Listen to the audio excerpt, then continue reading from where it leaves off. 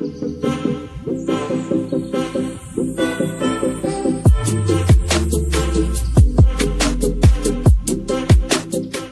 4 of the Six Nations is in the books, and right now I have seen enough. I've seen enough to know exactly what the strengths and weaknesses are of both of these teams. I've seen enough to give my midterm report on how these teams are going as part of the 2020 test cycle. And I've seen enough to make a very bold prediction. I'm going to make a bold prediction right now on how I think both of these teams will perform at the next Rugby World Cup. I'm going to go into a lot of detail here, guys, so make sure you stick with me. Let's go.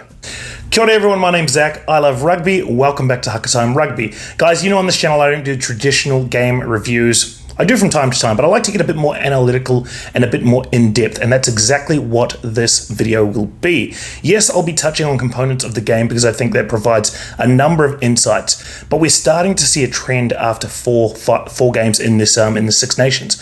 I'm starting to see very clearly what the strengths and weaknesses are of both of these teams, and I'm also ready to make some predictions. I'm ready to predict one, give them an honest assessment and a report card on how they've performed so far in 2020, and also give a prediction on the Rugby World Cup, because I think while we're very, very early in the World Cup cycle, I think there are a number of trends that are starting to show themselves, which I think can give us great insight into how these teams will perform at Rugby World Cup time. Make sure you stay for the final assessment and the final prediction, guys, because it's going to open up a lot of discussion and I want to hear from you.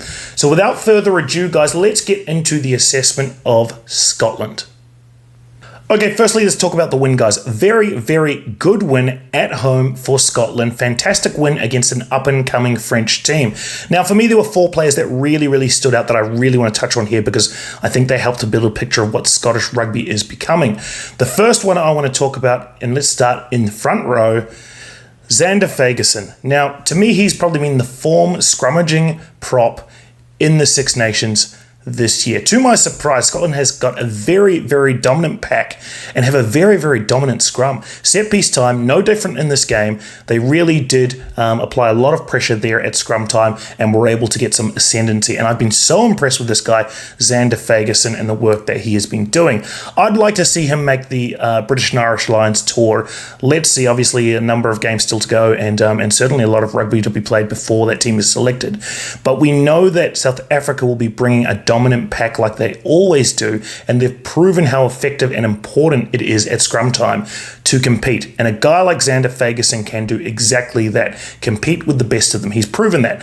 As I mentioned, I think he is the #1 prop in the Six Nations this year, particularly at scrum time. So huge reps on him and a huge reason why Scotland was so successful in the set piece against France in this game over the weekend. The next person I want to touch on is Hamish Watson. Now, as far as fetching number 7s go, he's one of the best in Europe for sure. He's certainly been the best in this tournament in my eyes at pure ball fetching and turnovers. A number of critical turnovers in great field position for Scotland, and a big part of the reason why they were able to dominate with ball in hand and turn over a number of times in this game. Great work from him, and he's proven in a number of games how effective he can be. He's one of these guys that just seems to slow down the attacking momentum of the opposition team by getting over the ball and really disrupting at breakdown. And that is a huge benefit to any team that is trying to compete with some of the better attacking teams. So fantastic work from him. As I mentioned, he's probably one of the best number 7s that I've seen in the Six Nations this year. The next person that I want to highlight is Adam Hastings. Now, overall, in terms of his game, I tend to favour his kicking game a lot more than his running game. From what I've seen so far, his kicking game is extremely accurate. And a big part of why they were able to beat France was their ability to target in behind the French line with the ball. Now, if you follow the channel, you know that I've identified a number of times that France seem to produce some errors against teams that are exploiting the high ball. Their high ball defense is not the best, unfortunately, and teams are able to get some momentum and certainly some territory by putting the ball in the air and putting pressure on the defender under the high ball. Now, Scotland did exactly that again in this game, and a big part of the reason for that was the great kicking work by Adam Hastings. There were a number of times as well that there were some set plays where Adam Hastings was putting the ball up, and I saw sometimes 3 or 4 defenders really chasing down that ball and contesting the high ball. Sometimes it came off and sometimes it didn't, but it's clear that the coaches of the Scottish team had identified that as a tactic that they really want to exploit, and they did it extremely well. So while Adam Hastings, to me, from an attacking perspective, may be somewhat limited, particularly on this running side of his game, I do think his kicking ability and the accuracy that he has in game management was a big part of the reason why they were able to control territory in this game and get some ascendancy. Very, very crucial part of the Scottish win here. And the last person that I want to highlight is Sean Maitland. As a player who's able to beat defenders, he's probably not at the top echelon of wingers, but what he is extremely solid. He's a pure finisher. So if he gets the ball with an open line, he can finish without a doubt. He proved it in this game. He's extremely good in defense, and he's extremely good under the high ball. So I describe Sean Maitland, and we've had a good look at him, obviously, coming through the ranks in New Zealand, where he played for both the Crusaders and New Zealand Māori. But we have seen a lot of Sean Maitland, and we know what he brings to the table. He's one of these guys that you can rely on, will do a great job. Defensively, very, very good and great under the high ball. He won't let you down. He proved just how important he can be in this game, obviously with 2 tries, one before the half and one just after the half. And those were extremely important scores. It gave Scotland a lot of confidence, meant that they were able to push out into a lead, and also meant that they were able to defend that lead and secure the win ultimately in this game. So great work from Sean Maitland. Now, not only have I identified 4 players that were great in that game, but those 4 players in particular are highlighting a very important point for me around Scottish rugby, and that is, if we look at before the tournament started, a lot of the conversation and the assessment and the analysis, myself included on Scotland, was that they are a team centred around 2 main players, they being Finn Russell and also being Stuart Hogg. But what we have seen is that the players that are standing out, I've just identified 4 of them. Not only are they proving to be world-class players, but they are players that are filling very, very specific roles. This team is going away from a team that is focused on 2 individual players to produce some brilliance to help them get a win, and is becoming more of a team filled with role players that are each slotting into very specific pieces of an overall strategic puzzle. If they are able to pull in Finn Russell and get the best out of him, if he's able to buy into the system that Gregor Townsend is setting, which there is no signs indicating that he will be able to do that, certainly from what I've read and what I've seen, then this Scottish team can be very, very dangerous.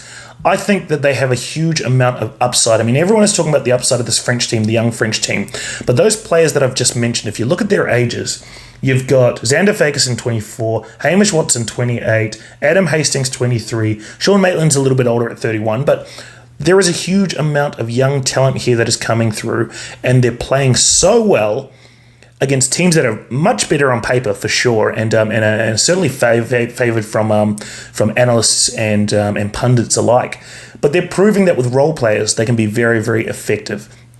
Against Ireland, very close match. Against England, very close match. In this match, good performance from Scotland to able to get the win. And obviously against Italy, a team that they should have beaten, they beat them and they beat them well. So to my mind, this has been a great start to Scottish rugby in 2020. Couple of points I'll raise as well on why they were so dominant against France. One, the strategy of targeting France in the air, very effective. That's a tactic that a lot of teams will be targeting against France because they have proven some weaknesses under the high ball. Number 2, very dominant at set piece. I discussed the contribution of Xander Fagerson, how important he is at both set piece time, but also that he's probably one of the most dominant scrummaging props in the game right now, particularly in Europe. And the third part, the contribution of Hamish Watson, as well as Jamie Ritchie, we have to mention him, at disrupting the ball at the breakdown. Very, very good. And they're proving that from a breakdown perspective, from a loose forward perspective, they've got some world-class operators there. As we look forward, right, Scotland now have a real opportunity. 2020 is a huge year for Scottish rugby. They've started the Six Nations extremely well. They have an opportunity to prove just how good they are against Wales, and that's going to be a close game. I will do a full preview of that game upcoming, but I think that is going to be a real close game and one well worth watching. So make sure you tune in for that. And then obviously the tour in the middle of the year, they're touring South Africa with 2 matches and they're touring New Zealand as well. So 2020 is shaping up as a huge year for Scottish rugby. Exactly what you want in developing good young talent. As I mentioned, they've got some great young talent, world-class players coming through. So, they're going to be so much better for those tours. And if they're able to get a win against Wales, you would have to say Scotland Rugby is in an extremely strong place right now with a huge amount of upside. So my overall assessment, if I'm to give them a mid-term report, 2 close games against England and Ireland. I think if Finn Russell was there, they might even sneak home in both of those games. And then obviously the win against Italy, dominant performance as we would expect, and then ultimately the win against France, a very good performance showing that this team is building. Right now I give Scotland, based on my initial assessment of how they would go versus how they've actually performed, I give them a B+ for the season. I think they have shown a huge amount of heart, a huge amount of upside, and they've shown that they can hang with all of the best teams in Europe. So there is only upside here for this Scottish team that I see. Great work, and Scottish fans should be very, very happy with how their team is performing. Okay, guys, now let's talk about France. Now, they did go down in this match, obviously, against Scotland, 28 points to 17. But all of the indicators this year have been very, very positive for France. There's been a lot of coverage on French rugby, on their renaissance, for lack of a better word. And certainly they've proven that they are a team with a huge amount of upside. And a lot of people are calling that they will be a very dominant force come 2023. I'm going to outline what makes this team so great, certainly what I've seen in the first 3 or 4 games this year. The first thing, they've got 5 players that I consider probably the best in their position in this Six Nations so far. I'm going to cover them off. Antoine Dupont, we all know how good he is. He's probably sitting number 2 or 3 halfback in the world now. He's certainly the best halfback in this tournament, in the Six Nations tournament right now, without a doubt. He's just that snipey type of halfback, great ball distribution, good kicking game, and also provides a little bit of niggle, which we always like to see from effective halfbacks. So really, really good player, and a big part of the success this year for France. Romain Ntamack is the next person that I'm going to touch on now. Obviously, he was Breakthrough Player of the Year last year, and he's just a player that looks like he's got all the time in the world. Anytime you see any of the great fly halves, look at Dan Carter, you look at guys even like Sterling Mortlock, obviously Johnny Wilkinson, you look at these great halfbacks, and one thing stands out with all of them. They all seem to have a lot of time on their hands, even in high pressure situations. They're just players that seem to ghost into gaps, that make the right decisions, that just, have all the time in the world to make decisions. Alternatively, a lot of players that can be put under pressure just look rushed and hurried and get forced into making mistakes. Now, Romain Ntamack is a classy player of the mold of some of the great fly halves. And at such a young age, there is a huge amount of upside for this guy. He's been incredible. He's certainly the form number 10 in this tournament.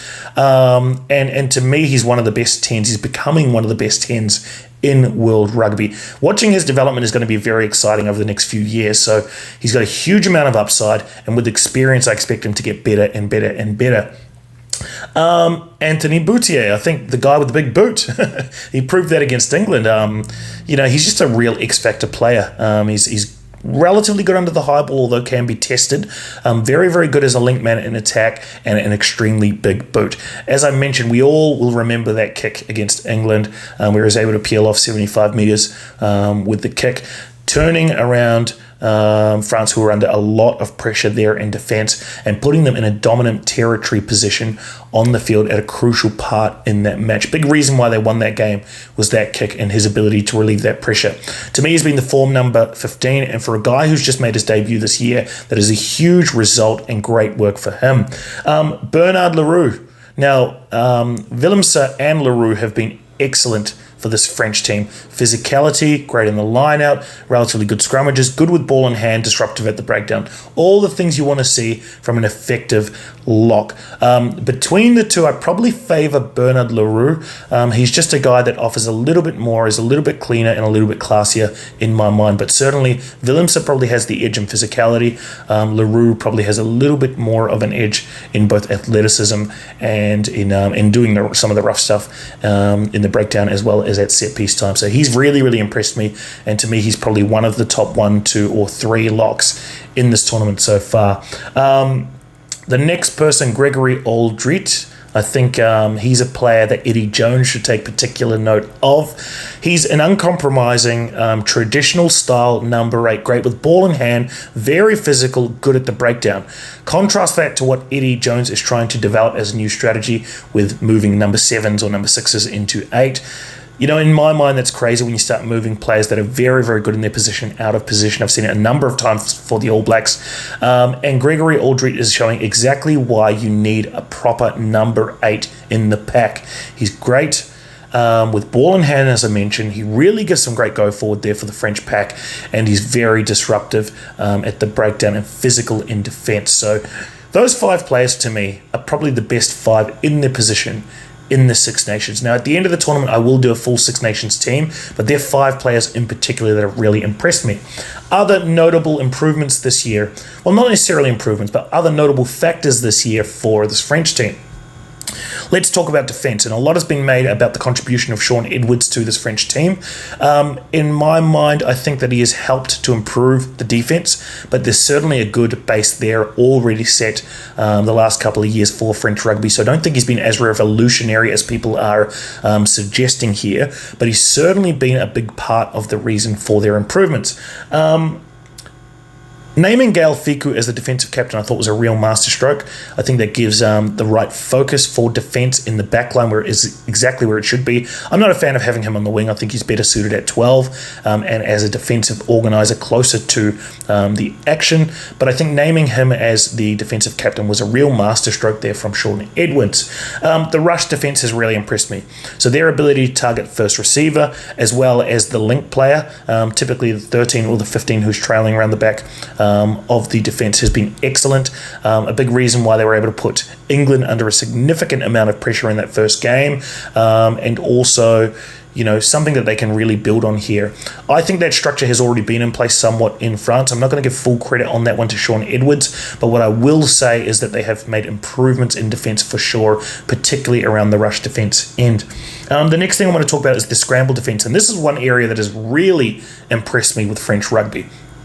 Very reminiscent of how the All Blacks defend in scramble, and the All Blacks prove just, you know, very, very effective scramble defenders, how you can shut down a play, and it is by managing zones and it is by managing space.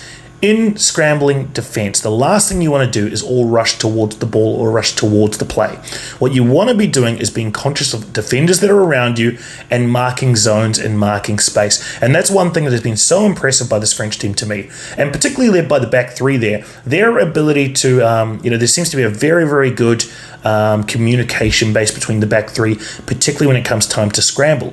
And you'll notice this, it's worth watching, that whenever a team makes a break, the fullback tends to come in towards the ball, and the wingers will hold back slightly, covering the zones and covering the space. And that's exactly what you want to see for an effective scramble defence. We've seen it with the All Blacks a number of times, a big part of the reason why they've been successful over the last 10, 12 years, and we're seeing it now with this French team. Now, I haven't seen it before with France, so I might give some of the credit to Shaun Edwards on that one. But in particular, just that zone management has been excellent by France, and something I've been very impressed with them for this year. The next thing, let's move on to the contribution of Fabien Gaultier, instilling real belief here. He has been a Maverick player himself. He understands French rugby. He has the respect of the players, and he knows how to treat what can be a very passionate and spirited French team. So he's been fantastic, and I think the major turnaround for this team between 2019 and 2020 has been the contribution of Fabien Gaultier. I just think he instills a level of belief in the French team. They're all willing to follow him, and they're all buying into his strategy, and that is huge. A French team that has belief is a very, very dangerous team. So those are all the positives. You know, they've proven that they belong with the big teams. They've proven that they're in the top 4 or 5 teams now in World Rugby. They certainly proved that they are a better team than they showed at the Rugby World Cup. As I mentioned, a top 4, top 5 team, in my opinion, with real potential going into the future. But there are 3 things that concern me about this French team. There are 3 things, right? I spoke a little bit about their high ball defense. Now, that is something that they can fix, right, between now and the Rugby World Cup. But it's clear to me that teams are targeting that area as a way to get territory advantage against France and a way to potentially force turnovers by contesting the ball in the air. We saw it against Wales and we saw it against Scotland as well. In fact, I might just play a little clip here so you can see at least 5 or 6 examples of where teams have been very effective with the use of the high ball against France.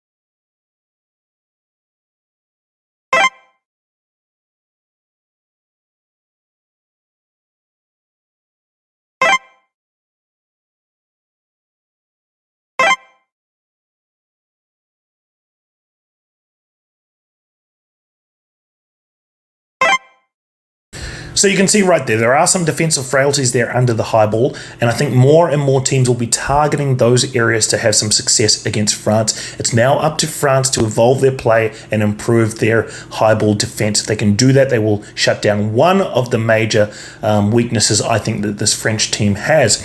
The next thing I want to talk about is the meltdown, because there are 2 critical parts, I think, that we need to discuss here for French rugby. So firstly, there was a red card here in this game against Scotland. A complete brain explosion. He should never have thrown that punch. It is asking for trouble, but yet again, we've seen it happen again. It's starting to get deja vu here between the World Cup final and what we're seeing here in a critical match for France. Both red cards coming from complete physical brain explosions. Obviously, the elbow we all remember. And France at that point in time in the quarterfinal were very dominant and were going on to win that game. They did everything they could to drag defeat out of the jaws of victory, which I just thought was just absolutely crazy. But it has always been a hallmark of French rugby, rocks or diamonds, right? When they are on, they are world beaters, unbeatable, able to defeat teams like the All Blacks, for example, in a number of times in their history at Rugby World Cups. Conversely, they can be the architects of their own demise with red cards at crucial points in the game to completely swing the momentum of games. That red card was crazy. But of greater concern to me, guys, was that, again, and very similar to the quarterfinal, Romain Ntamack went down injured. Now, he did not pass the HIA, so that's slightly different to an injury. But the impact of him going off the field is huge to this French team. His ability to manage games is so important. Now, when you lose that ability, it just it's a completely new look French team, right? So teams will be targeting Romain Ntamack to be very physical against him because he has proven that he can be disrupted, he can be injured, and that the impact of him coming off is significant for teams that want to be successful against France. Exactly the same thing happened at halftime in the quarterfinal of the Rugby World Cup, right? So Ntamack went off injured and he did not return for the second half. And in my mind, that was a bigger issue, a bigger concern than the red card in that match. If Ntamack was in that game, I believe they would have got home. It was very close towards the end, but his ability to manage games, classy player, it would have seen the French rugby team get home in that quarterfinal against Wales. That's just my opinion. I don't think that they would have got home against the Scottish team over the weekend, but certainly we saw the effects of having Romain Ntamack off the field. Now, whether or not he's still adapting to the physical contact at the top level, that could be one reason that he's gone off injured. Whether or not he's not quite up to the level physically, we need to wait and see. But that is one area I'd be very, very concerned about if I were French rugby fans. So it is defense under the high ball.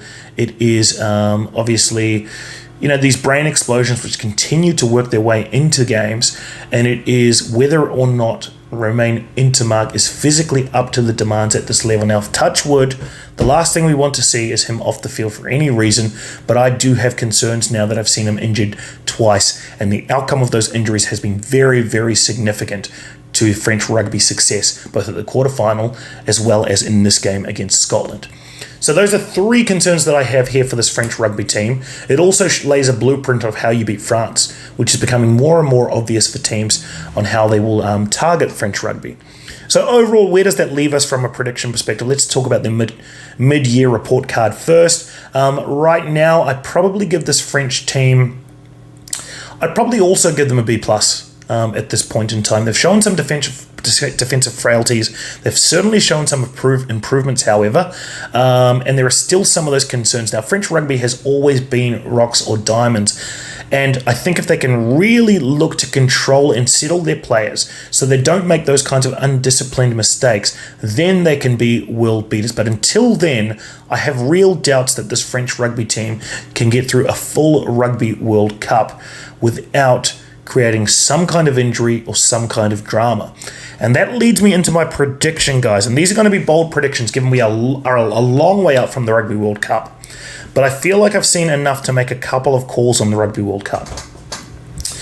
And I will only change my prediction again if I see these frailties that I've noticed in both teams, if I see them turn around, if I see them able to improve in those areas. But I'm going to make two predictions right now.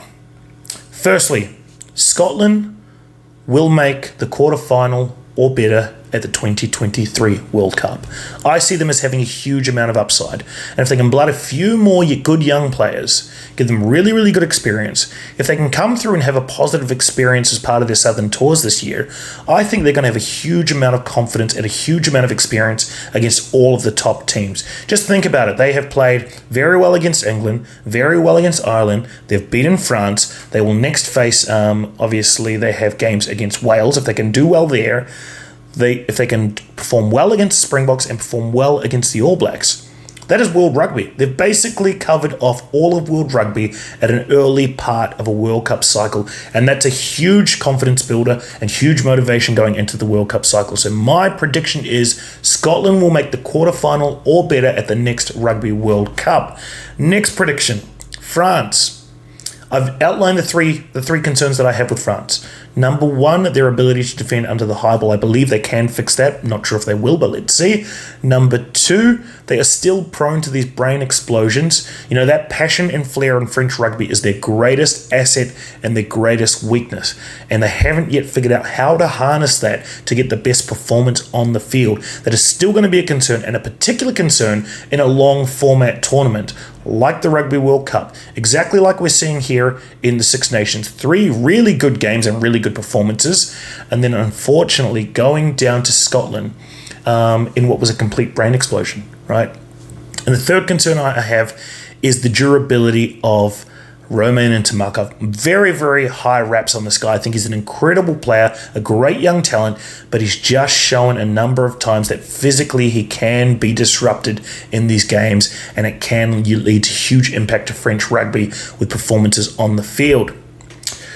So guys, I've covered a lot of detail there. I want to hear from you. What do you think? Have I got it right? Have I got it wrong? You know me. I don't mind putting my opinion out, whether it's positive, whether it's critical, whether it's popular, or whether it's not. I'll always give you my fair opinion.